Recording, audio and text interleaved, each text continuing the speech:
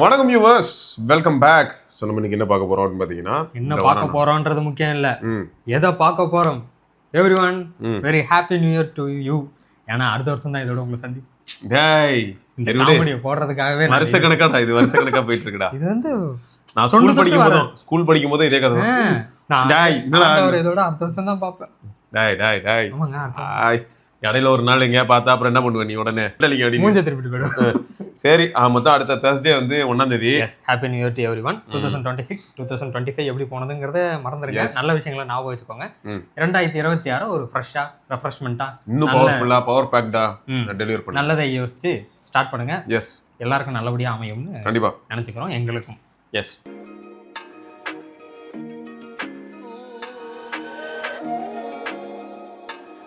Xiaomi HyperOS first news தான், ஓகேவா? Xiaomi HyperOS 3ல வந்து பெருசா சேஞ்சஸ் இல்ல. ஆமா அப்படி நிறைய பேர் புலம்பிட்டு இருந்தோம். இல்ல உண்மைதான். ஹைப்பர் ஐலண்ட் மட்டும் தான் நம்ம பார்த்ததுல பெரிய சேஞ்ச். ஹைப்பர் ஐலண்ட் ஓரளவுக்கு ஓகே, பட் அதுவும் கூட பாத்தீங்கன்னா சின்ன சின்ன பஞ்சாயத்து இருக்கு, அதையும் நம்ம ரிப்போர்ட் பண்ணிருக்கோம். ஆனா இப்போ வந்து சாம்சங்ல எப்படி 8.5 வந்துச்சு, அதுல தான் வந்து மாதிரி HyperOS 3.1 ஒன்னு வருது. அதுல பாத்தீங்கன்னா உங்களுக்கு ஃப்ரீ ஃபார்ம் ஐகான் ரீசைஸ், இப்ப ஐகான்ஸ் எல்லாம் வந்து பெருசு பெருசா வச்சுக்கிறது, ஆமா அது இருக்கு. அப்புறம் வந்து எங்க வேணாலும் பிளேஸ் பண்ணிக்கலாம் ஐகான்ஸ். இப்போ 1.8ல இருக்கு, ஆமா, அந்த மாதிரி ஒரு ஃபீச்சரும் வருது. ஓகே. அதுக்கப்புறம் வந்து கஸ்டம் லேஅவுட் அக்ராஸ் டிவைஸ், அதாவது மல்டிபிள் டிவைஸ் கனெக்ட் பண்றது. இப்போ இந்த வாட்டியே வந்து இன்டர் கனெக்டிவிட்டில வந்து இம்ப்ரூவ்மென்ட் காட்டியிருக்காங்க HyperOS 3ல. அது வந்து மேக்ல ஒர்க் ஆகுது, ஐபோன்ல ஒர்க் ஆகுது. நான் யூஸ் பண்ணி பார்த்தேன். இல்ல இங்கேயும் பார்த்தனா Xiaomi இன்டர் கனெக்டிவிட்டின்னு ஒரு ஆப் இருக்குடா. அந்த ஆப் வந்து Xiaomi இன்டர் கனெக்டிவிட்டி ஆப் ஐபோனுக்கு அவைலபிள். சோ அதை இன்ஸ்டால் பண்ணிட்டா Xiaomi ஷேர் இருக்குல்ல, அது பக்காவா வேலை செய்யும். ஃபைல் ட்ரான்ஸ்ஃபருக்கு சோ இந்த மாதிரி நிறைய அட்வான்டேஜஸ் இருக்குங்க. எங்களுக்கு OnePlusலயாவது கொஞ்சம் அப்படி இப்படி இருந்துச்சு, பட் ஆனா Xiaomiல மேபி நல்லா ஒர்க் பண்ணுது. ஈவன் OnePlus இப்போ ஓரளவுக்கு நல்லா ஆயிடுச்சு. அண்ட் இப்போ ரீசெண்டா நான் என்னோட பிக்சல்லையும் ட்ரை பண்ணேன், பக்காவா ஒர்க் ஆகுது பிக்சல்லாம். பரவாயில்லையே. ஆமா, சும்மா ஒரு 40 MB ஃபைல் அனுப்பி பார்த்தேன், டக்குன்னு போயிடுச்சு. பரவாயில்ல, சந்தோஷமான விஷயம் தான். ஆமா. அதே மாதிரி ஒரு சில பேர் இந்த நோட் சீரிஸ் யூஸ் பண்றாங்க. நோட் 14ல அப்டேட் பண்ணதுக்கு அப்புறம் எனக்கு வந்து செம்ம இர்ரெஸ்பான்சிவ், அது ரெஸ்பான்சிவாவே இல்ல, ரொம்ப லாகியா இருக்கு.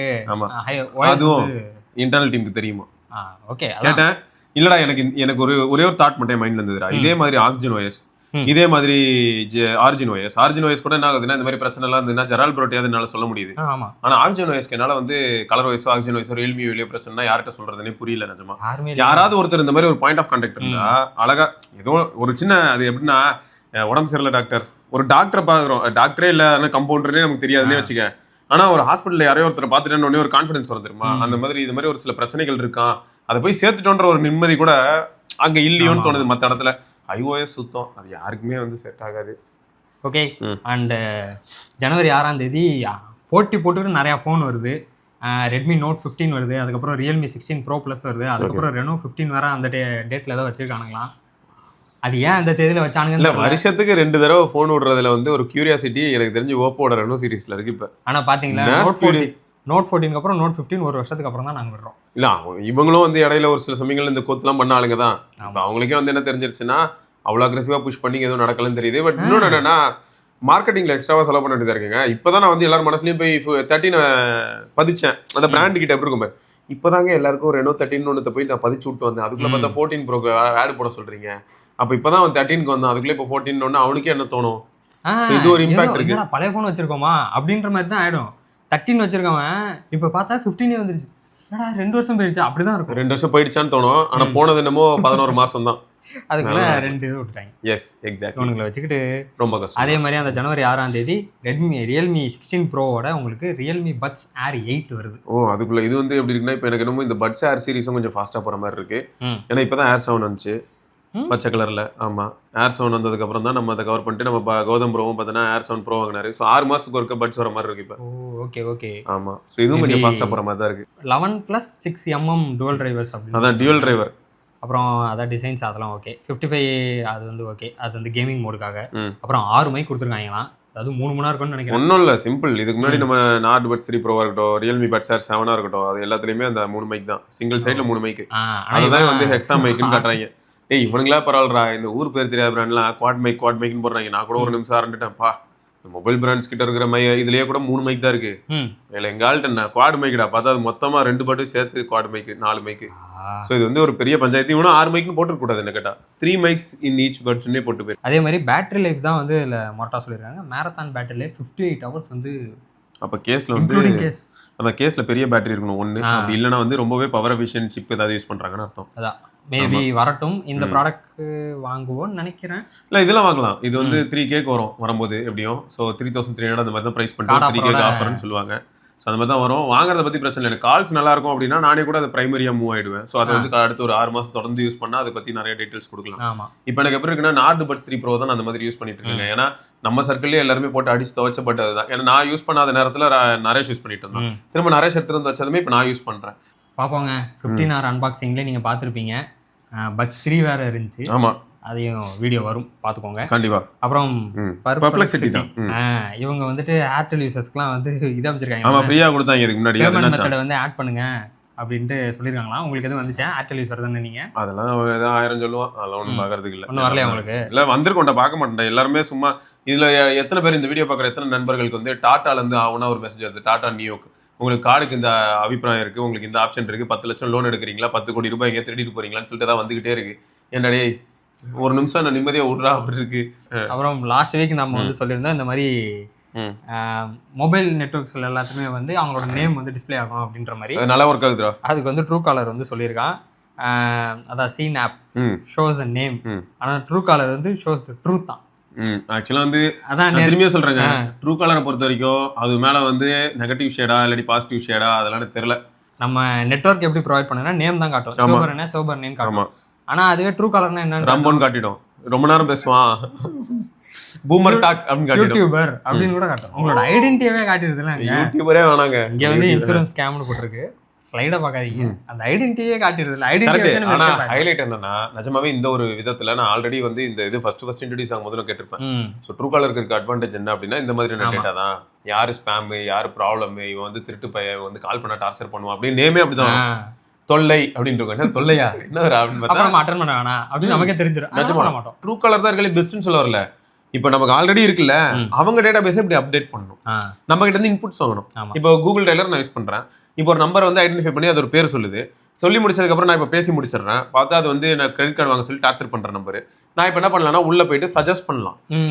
நான் வந்து உள்ள ஒரு ஃபீட்பேக் மாதிரி போயிட்டு இந்த நம்பர் வந்து கிரெடிட் கார்டு ஸ்பேம் அப்படின்னு நான் சொன்ன உடனே அது போய் சர்வரை ஹிட் ஆகி இந்த நம்பர் ஸ்பேம்னு சொல்றாருன்னு வெரிஃபை பண்ணணும். ஒரு 10 பேர் ஸ்பேம்னு சொன்னோன்னா அவனை என்ன பண்ணணும்னா பேரை போட்டு இப்போ பிந்து மாதவி அப்படின்னா பிந்து மாதவி ஸ்பேம் அப்படின்னு வந்துடும். அப்படி வரணும். நம்ம அதை பார்த்ததுமே நமக்கே தெரிஞ்சிடும். ஓகே இது ஏதோ டுபாக் ஒரு கால்பல அப்படின்னு அட்டனே பண்ண வேணாம். அப்படியே நம்ம அவாய்ட் பண்ணிடுவோம். அந்த மாதிரி இவங்க இன்னும் எவால்வ் பண்ணணும். இது சொல்ல போனா ட்ரூ காலருக்கு இவங்க தேங்க்ஸ் சொல்லணும். ஏன்னா ஓ இந்த மாதிரி நாங்க இன்னும் லேக் ஆகுறோமா, ரைட் அதையும் நான் ஃபிக்ஸ் பண்றேன். ஏன்னா இவங்களோட லூப்பை வந்து சொல்றான். ஆமா அப்படின்னு சொன்ன உடனே அவங்க அதை ஃபிக்ஸ் பண்ணாங்கன்னா என்ன ஆயிடும்னா அப்ப ட்ரூ காலருக்கு வந்து அடுத்து நம்ம என்ன பண்றது, டாடா பாபாய் தான். அதேதான். So that fact. ஓகே அடுத்தபடியாக என்னடா இவனுங்க எப்பதான்டா வரானுங்க? அதுதான் அடுத்த வருஷம் தானே சொல்லியிருக்கானுங்க. ஆமா இல்ல 2026ன்னு சொல்லிட்டாங்க. ஏதாவது சொல்றாங்களா அது இடையில? அதெல்லாம் கிடையாது. அன்னைக்கு வந்துட்டு மறுபடியும் வேற தேதி சொல்லுவோம்.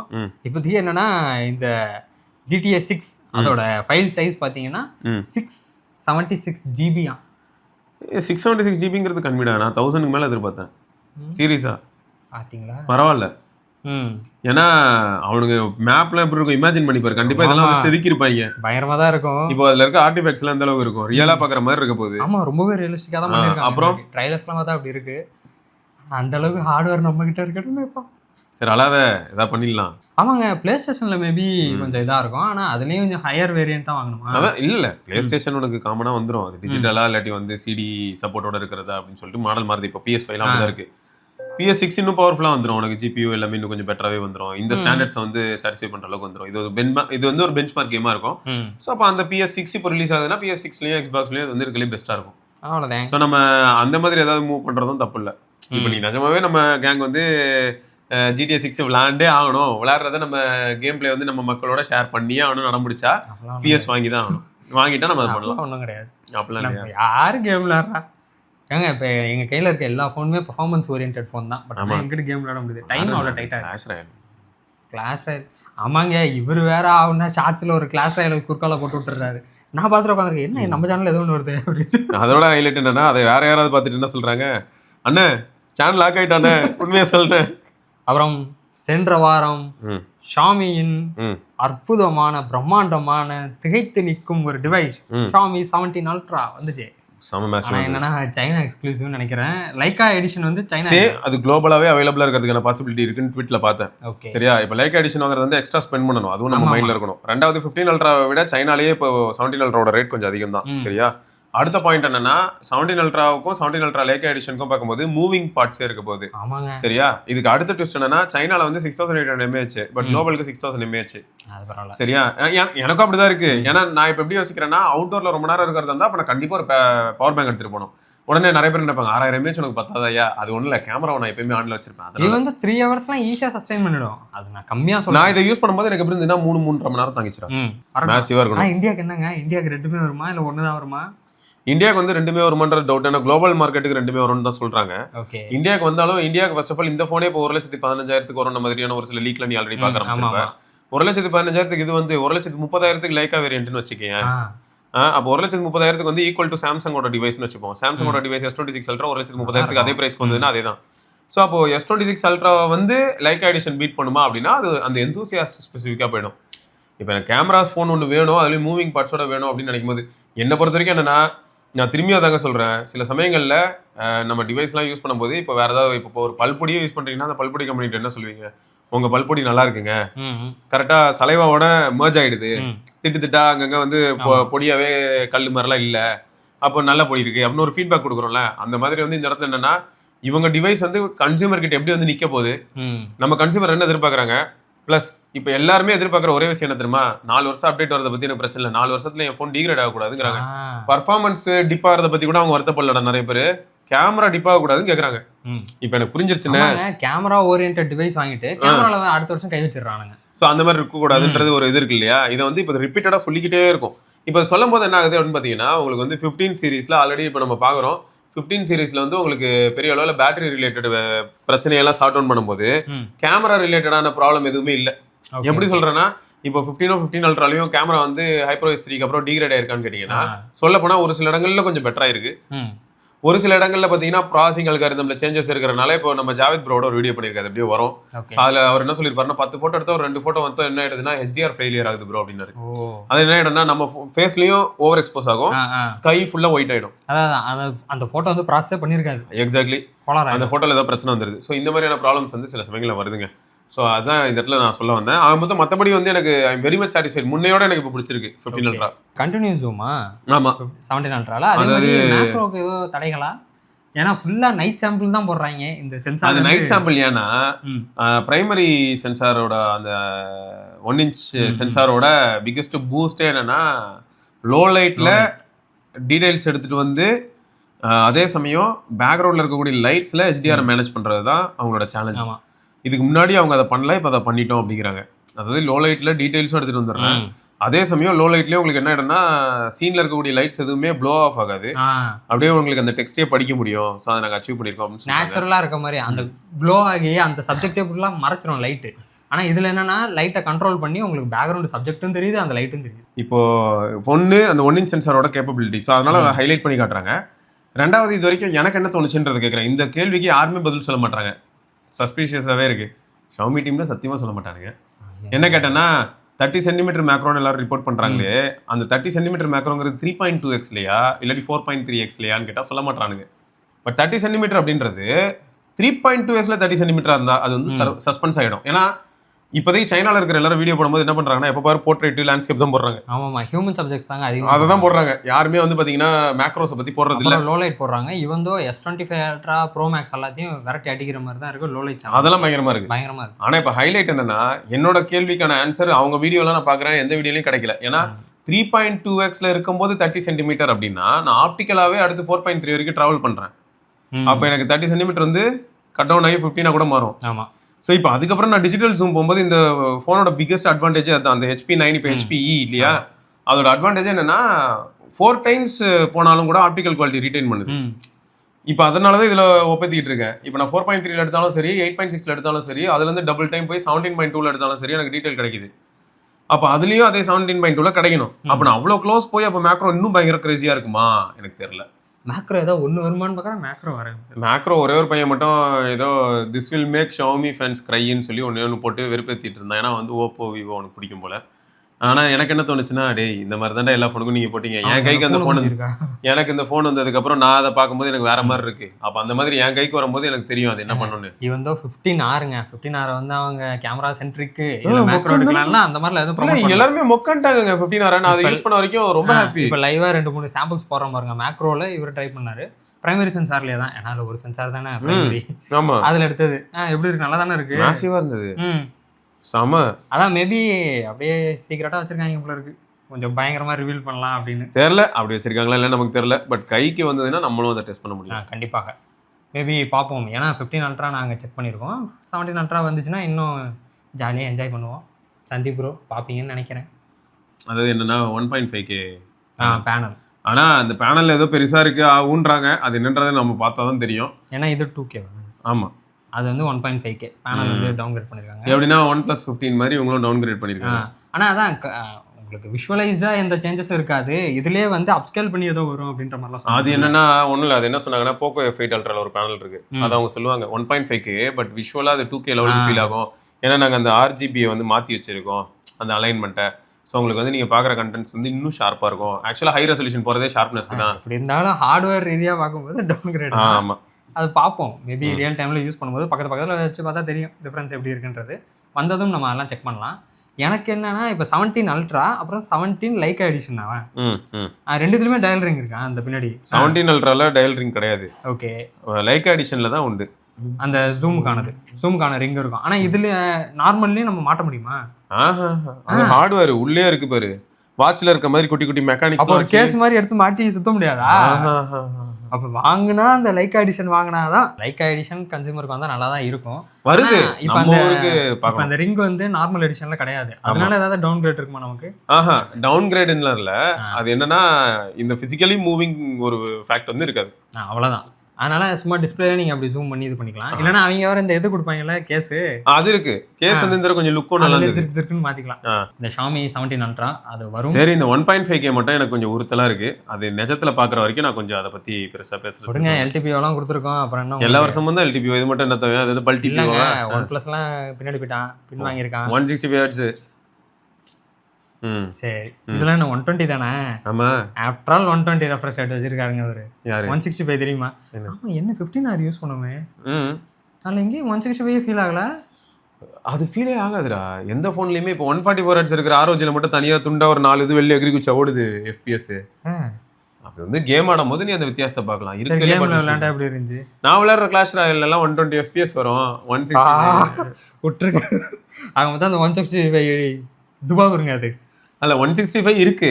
ஆனா அது எல்லா இடத்துலயும் ஃபீல் பண்ண முடியாது. அதுக்கு ரெலவென்ட்டான 165 Hz சப்போர்ட் பண்ற கேம்ஸ்ல அது ஃபீல் பண்ணலாம். சும்மா மார்க்கெட்டிங் இதுதான். அதுவும் இப்போ நான் என்ன கேட்குறேன் தெரியுமா? 10,000 mAh ஆனர் வின் வருதான், வின் ஆர்டி வருதான். சரியா? 10,000 mAh வச்சு நான் என்ன பண்ண போறேன்னு எனக்கு புரியல.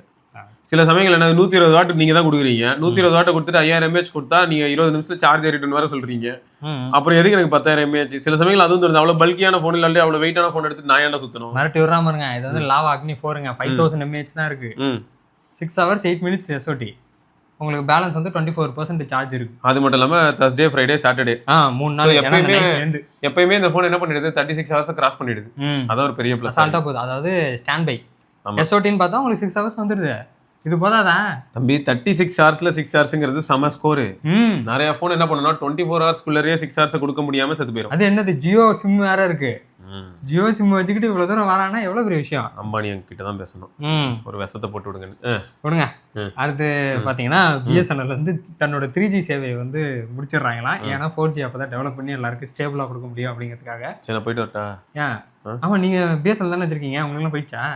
என்ன போயிடுச்சா? சும்மாவே அதில் நெட்வொர்க் வர மாட்டேங்குது. மொத்தமா தான் போயிடுச்சு. இப்ப என்ன இது சும்மாங்க. இது எப்படி தெரியுமா இருக்கு? இவங்க வந்து இந்த சொல்லுவாங்க நொண்டி குதிரைக்கு சரிக்கு விழுந்தது, இல்லாட்டி ஆட தெரியாதவனுக்கு தெருக்கோணல், இந்த மாதிரியான எல்லாத்துக்குமே ஆட்டான ஒரு பிராண்ட்னா ஒரு டைம்லாம் வந்து பாத்தீங்கன்னா 2023ல 2024ல அந்த டைம்லலாம் இந்த பிராண்டு திரும்ப வந்துடாதா, இது வந்து எல்லாரையும் காப்பாத்திராதான்னு நினைச்சு இதுக்காக வீடியோ போட்டவங்க நானு. இன்னைக்கு வந்து எனக்கு எப்படி இருக்குன்னா, இவனை நம்பி நீ இனிமே இறங்கினா நீயும் சேர்ந்து தெருவுக்கு போக வேண்டியதான்டா சிவா அப்படி இருக்கு. தெருவுக்கா போறேன். அப்படிதான் இருக்கு. ஏன்னா இப்ப 3G இது எப்படி இருக்குன்னா, அந்த ஆட்டோ கண்ணாடி திருப்பணம் பாருங்க. இப்ப பாருங்க இனிமே எப்படி நடக்குது. அந்த மாதிரி இப்ப 3G கொண்டு விட்டா 4G ஃபாஸ்ட் வேலை செய்யுமா? இது எங்க இது மிச்சம் மீதி 4 இடத்துல 3G தான் கிடைச்சிட்டு இருக்கு. இப்ப நீ கொண்டுருவ 2Gக்கு போயிடும். மொத்தமா எல்லாரும் வந்துட்டு ஆல்ரெடி எங்க அம்மா கிட்ட பிஎஸ்என்எல் இருந்தது. இப்பதான் நான் ஒரு 5 நாள் முன்னாடி அவங்க ஏர்டெல்லா மாத்தியாச்சு. ஆமா, எல்லாருமே இனிமே ஏர்டெல்லா மாறிடுவாங்க, இல்லாட்டி ஜியோவா மாறிடுவாங்க. மிச்சம் மீதி வந்து பிஎஸ்என்எல் நல்லா தானே இருந்துச்சுங்க இல்லையா? பிஎஸ்என்எல் இங்க நல்லா தானே இருந்துச்சு குரோம்பேட்க்கு. நான் சிம்பிளா ஒரு கேள்வி கேட்கறேன். இப்போ எங்க அம்மா திடீர்னு எப்பயோ அதிசயமா எங்கேயோ டிராவல் கூட்டு போறேன், ஊருக்குன்னு கூட்டு போறேன். சரி, பிஎஸ்என்எல் நம்பி இன்டர்நெட்டுக்கு அவங்கள வச்சிருக்க முடியுமா? சத்தியமா வாய்ப்பு இல்லைங்க. அவங்க வந்து ஜிபே எல்லாம் நினைச்சே பார்க்க கூடாது அவங்களா. இப்ப எங்க அம்மா எல்லாம் வந்து பாத்தீங்கன்னா பாவம், அவங்களுக்கு இருக்க ஒரே பொழுதுபோக்கு என்னன்னா மிஞ்சி போனா சன்னெக்ஸ்ல ஏதாவது சீரியல் பார்ப்பாங்க. அதுக்கு வந்து இப்ப நம்ம உட்காந்து ஹாட்ஸ்பாட்டா போட்டு சுத்திட்டு இருக்க முடியும். சன்னெக்ஸ்லாம் எப்படி நீங்க பிஎஸ்என்எல் வச்சு ஸ்ட்ரீமிங் பண்றீங்க? அதேதான். நம்மளே நம்மளோட டெஸ்டிங் எப்பயாவது பிஎஸ்என்எல் வச்சு தெரியாம ஒரு தடவை வந்துட்டு அப்படியே போட்டு ஒரு 1080p வீடியோ ப்ளே பண்ணலான்னு பார்த்தா எவ்வளவு கஷ்டப்படுவோம். அப்பா சுத்திக்கிட்டே இருக்கும். நாங்க போனை குறை சொல்லிட்டு கிடப்போம். அப்புறம் பார்த்தா தெரியும் நெட்வொர்க் பைப்ல படுத்து கிடப்பாங்க. வெளில ரோட்டுக்கு போனா ஃபர்ஸ்டா இருக்கும். அதுக்காக ரோட்ல போய் தான் படம் பார்க்கணும்னா என்ன பண்றது? ரோட்ல போய் ஒரு காலத்துல இந்த பஞ்சாயத்து டிவி ஒன்று ரோட்ல வச்சிருப்பாங்க, எல்லாரும் வீட்ல இருந்து வெளில போய் பார்ப்போம். அந்த மாதிரி ஆயிடுது. என் போனை பாக்குறதுக்கு நான் ரோட்டுக்கு போக வேண்டியதா இருக்கு. இதுல வேற டாரிஃப் பிரைஸும் ஹைக் பண்ணிட்டு போய்கிட்டு இருக்கான் இவன். அப்படி என்ன இருக்குன்னு தெரியல, இவன் ஹைக் பண்றான். ஆனா ஒரு பக்கம் லாஜிக் என்ன, எல்லாரும் பண்றாங்கல்ல, அப்ப நாங்களும் பண்ணாதானே ஒரு பிராண்ட். எல்லாரும் 5G கொடுக்குறாங்க, எல்லாரும் ஸ்டாண்ட் அலோன் 5G நோக்கி மூவ் ஆயிட்டு இருக்காங்க. அதெல்லாம் பண்ண முடியாது, அதெல்லாம் கஷ்டமா இருக்கு. இதான் ஈஸியா இருக்கு, சிம்பிளா இருக்கு, அதான் பண்ண முடியுங்களா? இன்னொன்னு என்னன்னாங்க, இப்போ உங்க ஃபேமிலி இருக்குன்னு வைங்களேன், ஒரு 6-7 பேர் இருக்கீங்கன்னா 6-7 பேருமே ஜியோல இருக்கீங்க அப்படின்னா, ஜியோக்கும் பாத்தீங்கன்னா உங்களுக்கு வந்து என்ன இருக்கும்னா ஒரு CUG மாதிரி ஏதாவது ஒரு பிளான் இருக்கும். நீங்க கால் பண்ணி இப்போ ஏர்டெல்ல பிளாக் இருக்கு இல்லையா, அந்த மாதிரி ஏதாவது இருந்ததுன்னா என்ன ஆகும் பாருங்களேன், எல்லாருக்கும் சேர்த்து ஒரு பெனிஃபிட் வந்துடும். இப்போ எக்ஸாம்பிள் சொன்னா ஃபேமிலின்னு ஆயிடும். என்ன போட்டு அடிச்சாலும் அவங்க என்ன பண்ணுவாங்க, மிஞ்சி போனா அந்த ஷேர் சாட்ல இருந்து ஸ்டேட்டஸ் எடுத்து வைப்பாங்க, இல்லாட்டி வாட்ஸ்அப்ல ஏதாவது 4 விஷயம் பார்ப்பாங்க. மிஞ்சி போனா திரும்ப வீடியோ தான், யூடியூப்ல வீடியோ. ஷேர் சாட்டை குறை சொன்னீங்கன்னா கண்டனம் தெரிவிப்போம். இல்லடா, அதை தான் யூஸ் பண்ணுவாங்க. அதுக்கு எனக்கு எத்தனை ஜிபி செலவாகும்ன்ற. ஜிபியா? ஷேர் சாட்லாம் 2 MB தாங்க. ஒரு போட்டோ டவுன்லோட் பண்ணி ஸ்டேட்டஸ்ல போட்டு போயிட்டே இருக்காங்க, அவ்வளவுதான். அது வேற கீழே இருக்க இதெல்லாம் ரிமூவ் பண்ணிட்டு போடுங்க, அந்த டெக்ஸ்டோடய போட்டுருங்க. ShareChat download ShareChat, good morning கீழே பார்த்தா ஷேர் சாட். இதோட குடும்பம் நடந்திருக்கு. நான் வந்து ஏஐல போயிட்டு எல்லாருக்கும் கிறிஸ்மஸ் நாள் வாழ்த்து, இல்லாட்டி எல்லாருக்குமே வந்து புத்தாண்டு நாள் வாழ்த்து நான் அனுப்புறேன்னு வையேன், கீழே வந்து பை சிவபரணி போறேன்னு வை. இதை ஒரு சிலர் அப்படியே ஃபார்வர்ட் பண்ணிட்டு இருப்பாங்க, பை சிவபரணி எல்லாருக்கும் போய்கிட்டு இருக்கோம். ஓகே மச்சான் இதை அமைச்சிருக்கேன், கிறிஸ்மஸ் வாழ்த்து தான், அப்படியே எல்லாரும் அப்படியே ஷேர் பண்ணி விட்டுறது. என்ன சிவபரணி நமக்கு அமைச்சிருக்கான், சம்மந்தமே இல்ல. யாரா அந்த சிவபரணின்னு இருக்கோம்டா. ஆமா ஆமா, யாரா அவன் தெரியாதவங்க போய் அமைச்சிருந்தா சிவபரணி போட்டுருக்கு. அதுவே சித்தர் பேர் போல இருக்கு. சித்தர் பேரா? கிறிஸ்மஸ்க்காக வாழ்த்து தெரிவிச்சிருக்காங்க. ஈஸ்டருக்கு என்ன சித்தர் வராரு? சரி ஓகே வாங்க, இது ஒன்று எங்கேயோ போகுது. இப்படிதான் ஆக்சுவலா வந்து. அதனால பிஎஸ்என்எல் கொஞ்சம் அதான் இதுக்கும் மேல கண்ணை திறக்கலன்னா நாங்களே வந்து பால் ஊற்றி பாடையில ஏற்றிடுவோம். ஏதாவது கவர்மெண்ட் இதுன்றனால அப்படியே வச்சு உருட்டிட்டு இருக்காங்க. இப்போ இந்த இடத்துக்குலாம் வோடாஃபோன் வந்திருந்தானா அவன் எப்பயோ கம்பெனி எடுத்துட்டு கிளம்பிருப்பான். இப்போ கிளம்பிடுவான், கொஞ்சம் பொறுமையா வந்துகிட்டு இருக்கான். அவ்வளோ இது வந்து ஒரு விடிவு காலம்னு சொல்லலாங்க. சின்ன வயசுல எல்லாரும் மெயில் ஐடி கிரியேட் பண்ணும்போது Siva John Cena gmail.com, Siva Batista gmail.com அப்படின்னு போட்டு பண்ணிருக்கேன். என்னங்க அப்புறம் எங்கேயாவது கம்பெனியில கொடுக்கும்போது சிவா ஜான்சினா என்னடா மெயில் இது, இதை பார்த்தாலே ரெசியூம் வாட்ஸ்அப் பண்ண தோணாதான்னு தோணிடும். அதான் அது வந்து இப்போ மெயில் ஐடியுமே நீங்க வந்து இதுக்கப்புறம் ரீநேம் சேஞ்ச் பண்ணலாம். அந்த மெயில் ஐடியோட பயங்கரமான விஷயம் தான் இது. உங்களுக்கு இப்போ கரண்டா இப்போ ப்ரொஃபஷனலா என்ன வேணுமோ அதை நீங்க சேஞ்ச் பண்ணிக்கலாம். அது வந்துருச்சான்றதை செக் பண்ணிட்டும் பண்ணுங்க. ஆனால் வந்துருச்சுன்னு தான் சொல்லியிருந்தாங்க. ஆனால் நிறைய பேருக்கு இப்போவே போட்டால் யூசர் நேம் ஆல்ரெடி எடுத்துட்டாங்க அப்படின்னு சொல்லுதான். ஆமாடா அப்படிதான். ஜானகி ராமன் அப்படின்னு ஒரு நேம் இருந்ததுன்னா அதுக்கு ஜாங்கிரி ராமன் வைக்க முடியும். ஜானகி ராமன் தான் வச்சிருப்பாப்ல. ஆல்ரெடி இருக்கிற ஜானகி ராமன் ஒன்று அவருக்கு வயசு 150 ஆகி செத்து போயிருக்கணும். அப்போ ஒரு ஐடி யூஸ் பண்ணாம இருந்து ஒரு 6 மாசம் கழிச்சு அந்த ஐடியை காலி பண்ணிருக்கணும். பாருங்க, இதுலேயே ஆண்டவருக்கு வந்து லக்கு. சிவபரணி உதயசெல்வம் இந்த காம்பினேஷன்ல யாரும் இருக்க மாட்டாங்க. மெயில் ஐடி ஈஸியாக எடுத்துக்கலாம். கரெக்ட் தான்.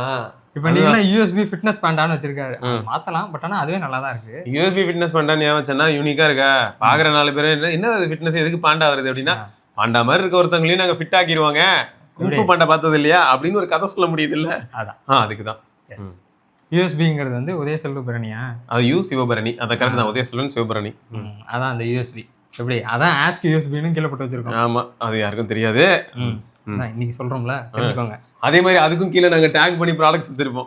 ஆமா, அதுல போய் ப்ராடக்ட்ஸ் வாங்குறீங்க, இந்த வருஷத்தோட நம்ம கடையில தான் பொருள் வாங்கணும். நம்ம கடையா? அது ஃபிளிப்கார்ட்டுங்க. சொல்லிவிட்டு அண்ணாச்சி கடையில எல்லாமே, சிவபரணி அண்ணாச்சி கடைக்கு வந்தீங்கன்னா எல்லாமே கிடைக்கும் அப்படிங்கிற. அப்ப நம்ம பிசிக்கலா ஸ்டோர் ஸ்டார்ட் பண்ணணும்ன்ற ஆரம்பிச்சிடலாம். ஆரம்பிட்டுருமா? போட்டுடலான்ற நான் நிஜமா. சிவபரணி ஆக்சுவலா மளிகை கடையா? இல்லடா, எல்லாமே இருக்கணும்டா. எல்லாமே யாரா வால்மார்ட் அவன லெஃப்ட் ஹேண்ட்ல டீல் பண்றா. முதல்ல சீக்கிரம் சிவா மார்ட் தெரியுமா? சிவா மார்ட்ல வேணா, நல்லா இல்ல. நம்ம ஊருக்கு ஏத்த மாதிரி நம்ம இப்ப அங்காடினே இருக்கட்டும். அந்த மாதிரி சிவபரணி அங்காடி அவ்வளவுதான். தைரியமா இருக்கு. ஓகே, நாங்க ஓன் பண்ணிடுவோங்க. USB அங்காடி. சிவா சிவா சிவா எல்லாருமே சிவா மாத்திரலாம், எல்லாமே இருக்கும். பரியல் கிரவுண்ட் வரைக்கும் எல்லாத்தையும் வச்சிருப்போம் நாங்க. ஆமா, எல்லாத்தையும் நாங்க ஓம் பண்றோம். எல்லாமே உங்களா அதுக்கு நம்ம அரசியலுக்கு வரணும். ஒரு சிஎம் பிஎம் லெவலுக்கு வந்தாதானே எல்லாமே நம்ம கைக்கு வரும். சிஎம் பிஎம்னா ஆல்ரெடி அங்க ஏகப்பட்ட பிரச்சனை போயிருக்கு. இவரும் வரான்டா சிஎம்மா அப்படின்னு போய் ஆரம்பிச்சிருப்பாங்க. நீங்க சொல்லுங்க எப்படி வராதன்னு. 2 பேருக்கு தான் போட்டியே. ஒண்ணு சிவபரணி, இன்னொன்னு உதய சொல்லுவோம். வெளில போனாதான் பிரச்சனை.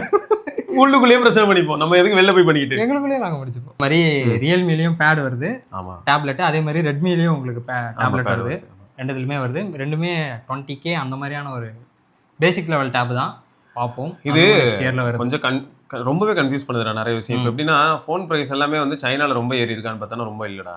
ஆமாங்க. ஆனா இந்தியாவில் மட்டும் பார்த்தோன்னா மலமளன்னு எங்கேயும் ஏறி போயிட்டு இருக்கு. எனக்கு வந்து புரியுது. இப்போ இந்தியா ரூபா வந்து டாலரோட நிகரில் வச்சு பார்க்கும்போது ஏதாவது பிரச்சனை ஓகே எனக்கு புரிஞ்சுக்க முடியுது. பட் அதுக்காக வந்து 7,000 15,000 ஏற அளவுக்கு என்னது மாறிச்சு எனக்கு புரியல. ரொம்ப டிராஸ்டிக்கா மாற்றி வச்சிருக்கானுங்க. அங்கே பார்த்தா நம்ம கமெண்ட்ல ஒருத்தர் போட்டிருந்தாரு, ப்ரோ என் ஃப்ரெண்ட் ஒருத்தன் சைனாலேருந்து வரான் ப்ரோ, அவன்கிட்ட நான் சொல்லிட்டேன் IQ15 அவன் 50,000 ரூபாய்க்கு எனக்கு வாங்கிட்டு வரான்னு சொல்லிட்டான்.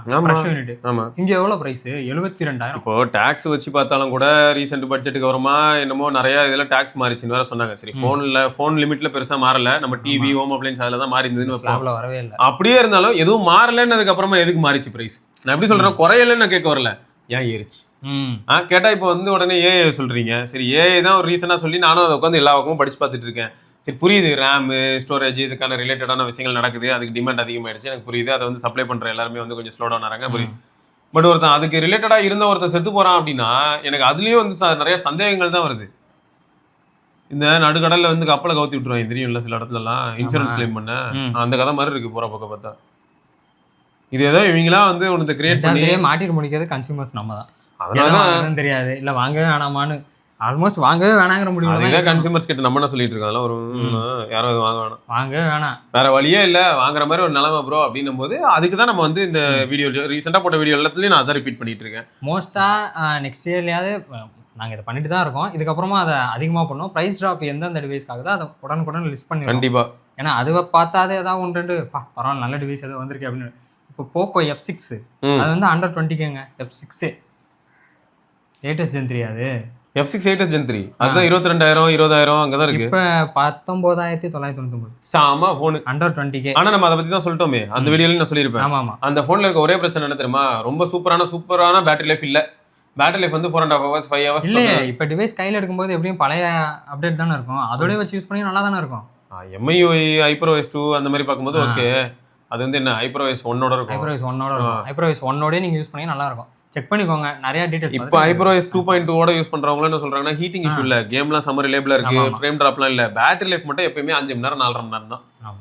இதே கேம் போட்டு அடிச்சு பொளந்து ஸ்ட்ரைட்டா விளையாண்டா 3.5 மணி நேரத்துல இருந்து 4 மணி நேரம் தான் சொல்லி கமெண்ட் நம்ம எவ்வளவு கமெண்ட் பார்த்துட்டோம். Neo 10 நம்ம என்னத்துக்கு ரிவ்யூ பண்ணோம், 30,000 32க்கு பண்ணோம். 38 ரூபாய்ங்க. இப்ப 38. சரி ஓகே, அதுக்கு மேல நான் பேசுறதுக்கு இல்ல. 38க்கு அதை வாங்குறதுக்கு நான் தான் OnePlus 13R வாங்கிட்டு போயிடுவேன்.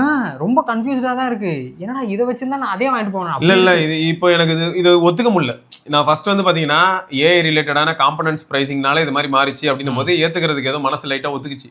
இப்ப நடக்கிற கூத்தெல்லாம் பார்க்கும்போது என்னால இதை வந்து ஏத்துக்கவே முடியல. ஏதோ ஒன்று வந்து இவனுங்க வந்து ஒரு ஏமாத்தி ஒரு போர்வையை போத்தி அதுக்குள்ள வந்து இப்போ எல்லாத்துக்கும் பிரைஸ் இன்க்ரீஸ் பண்றாங்க. அது எப்படி ஆல்ரெடி ப்ரொடியூஸ் பண்ண ஸ்டாக்கு எப்படி பழைய புது சிப் எடுத்து போட்டு பண்ணானுங்களா? புது சிப் அப்படியே இப்போ ஒரு மொபைல் மேனுஃபேக்சரா இருந்தாலும் அவன் ஒரு கான்ட்ராக்ட்லாம் போடாம எடுத்துருப்பான். அப்புறம் எப்படி F6 ரேட் மட்டும் குறைஞ்சிருக்கு? அவனுக்கு அறிவுல போல வரும். F7 கூட பெருசா பிரைஸ் ஏறல, ரொம்ப ஏறல. 1000 2,000 அந்த மாதிரி ஏறி இல்ல. 1000 2,000 ஏறனாலே கூட இப்போ எனக்கு வந்து கேள்வி கேட்க தோணுச்சுடா. சரி, அந்த 1000 2,000 கூட இவங்க இந்த கணக்கு சொல்றாங்கன்னு வையே, இந்த மாதிரி இந்திய ரூபாயின் மதிப்பு வந்து உங்களுக்கு குளோபல் மார்க்கெட்ல சரிஞ்சிருக்கு அப்படின்னு சொன்னாங்கன்னா சரி புரியுது. ஆனா இந்த 10,000 12,000 15,000 இதெல்லாம் வந்து கொஞ்சம் நியாயம் இல்லாத செயலா இருக்கு. அந்த வகையில பார்க்கும்போது எனக்கு தெரிஞ்சு OnePlus மட்டும் தான் அங்க டீசெண்டா விளையாண்ட மாதிரி இருக்கு. ஏன்னா ஆல்ரெடி 70,000க்கு வித்துருந்தாவே 73,000 ரூபாய் மாதிரி இருக்கு. ஆமா 15 OnePlus 15. ஆமா, அதுல வந்து 15,000 பிரைஸ் ஏறிடுச்சு தான். ஆனா அதுவுமே ஓகேன்ற மாதிரி தான். அது எவ்வளவு ஏறி இருக்குன்னா 5,000 இருக்கு. 5K ஏறி இருக்கு. அந்த 5,000 ஏறினதுக்கு ஏதாவது சேஞ்சஸ் இருக்கானா? ஜோக் என்ன தெரியுமா, ஹேசல் பிளாட்லாம் வச்சிருக்கும் போது அவன் கழட்டு வேலையே இப்பதான் கழட்டிருக்கான். ஏன்னா 15Rலயே கேமரா நல்லா இருக்கு. அப்போ 15ல இன்னும் எந்த அளவுக்கு இருக்குன்ற கியூரியாசிட்டி தான் பில்ட் ஆகிட்டு இருக்கு எனக்குள்ள. ஆமாங்க, நிஜமாவே 15R வந்து எதிர்பார்த்தோம், நல்ல டிவைஸ்ன்னு தெரியும். பட் ஆனால் கேமராலேயும் நல்ல டிவைஸுங்கிறத யூஸ் பண்ணும்போது தெரிஞ்சுது. எஸ், நல்லா இருக்கு. இது வந்து ரிவ்யூ வந்துருக்கும், நீங்கள் பார்த்தாலே தெரியும். ரிவ்யூ தான் போட்டோமே சீரியஸா பார்த்தீங்கன்னா உங்களுக்கே தெரியும். ஸோ அதாங்க, ஸோ இதையும் கன்வே பண்ணணும்னு நினச்சோம், கன்வே பண்ணிட்டோம். ஸோ இதெல்லாம் தான் இந்த வாரத்துக்கான news plus other informations. And உங்க மனசுல என்ன படுது இந்த பிரைஸ் ஹைக்கை பத்தி அப்படிங்கிறத மறக்காம கீழே கமெண்ட்ல சொல்லுங்க. என்னை பொறுத்த வரைக்கும் கொஞ்சம் நான் இப்போ கொஞ்சம் காண்டா, கோவமா, கேவலமா, அசிங்கமா கேமரா ஆஃப் பண்ணிட்டா திட்டுற அளவுக்கு மூட்ல இருக்கேன். ஏன்னா நியூ இயர் வரப்போகுது அப்படின்றனால நாங்க திட்ட மாட்டோம். அதுக்குள்ள ஜாக்கி டென்ஷன் ஆயிட்டான். ஜாக்கிக்கு ஒரு ஃபோன் வாங்கி கொடுக்க முடியலங்க அப்பலாம். அவனுக்கு போனா சரி ஓகேங்க. So right, happy new year சொல்லிருங்க நம்ம மக்களுக்கு. இனிய புத்தாண்டு நல்வாழ்த்துக்கள்ங்க. Happy new இயர்ங்க. 2026 நல்லபடியா அமையும். பார்க்கலாங்க. Tata, bye bye. பை.